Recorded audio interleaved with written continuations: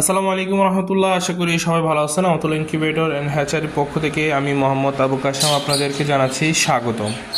তো অনেকে আমাদেরকে একটা খুবই কমন প্রশ্ন করেন, যে বলেন যে আমাদেরকে যে আমরা সাধারণত বলে থাকি যে এই যে এইখানে যে বোল্ট এটা আছে, এটা কিন্তু আপনারা মেশিনটা আপনার কাছে পৌঁছানোর পরে নাট বোল্ট এটা খুলে ফেলবেন, কারণ এটা আমরা জাস্ট সাপোর্ট হিসাবে দিই, যাতে হচ্ছে যে এটা এভাবে না লড়ে, এবং নিচে তো আসেই।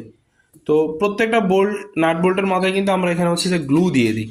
তো এটা দিয়ে দেওয়ার পর অনেকে মনে করে যে আমরা খুলতে বলার পরেও হয়তো বা ওনারা মনে করে যে না, এটা আমরা লাগায় রাখছি। আসলে এটা গ্লু দেওয়ার একটা কারণ হচ্ছে যে আমরা অনেকে হয়তো বা জানি যে নাট বোল্ট এটা হচ্ছে যে এমন ভাবে তৈরি করা হয়েছে যে এটাতে কিন্তু যদি ভাইব্রেশন হয়, ঠিক আছে, ভাইব্রেশন হলে বা ঝাঁকি লাগলে তখন কিন্তু নাটটা আস্তে আস্তে করে মানে উল্টা দিকে ঘুরতে থাকে, আর উল্টা দিকে ঘোরা মানেই সে কিন্তু বের হয়ে আসবে। এবং মানে ইতিমধ্যে আমাদের এরকম হয়েছে, কয়েকবার হয়েছে আমাদের কয়েকজন ক্লায়েন্টের সাথে।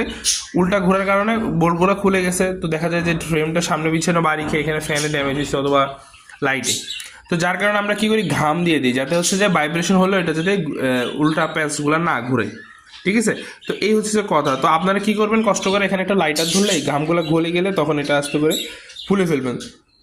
এই হচ্ছে কথা। আর আপনাদের যদি ইনকিউবেটর মেশিন প্রয়োজন হয় অথবা ইনকিউবেটরের যাবতীয় যে কোনো জিনিস, আপনারা কিন্তু আমাদের সাথে যোগাযোগ করতে পারেন। দেশের যে কোনো প্রান্তে হোম ডেলিভারি সুবিধা পাবেন। ধন্যবাদ। আসসালামু আলাইকুম।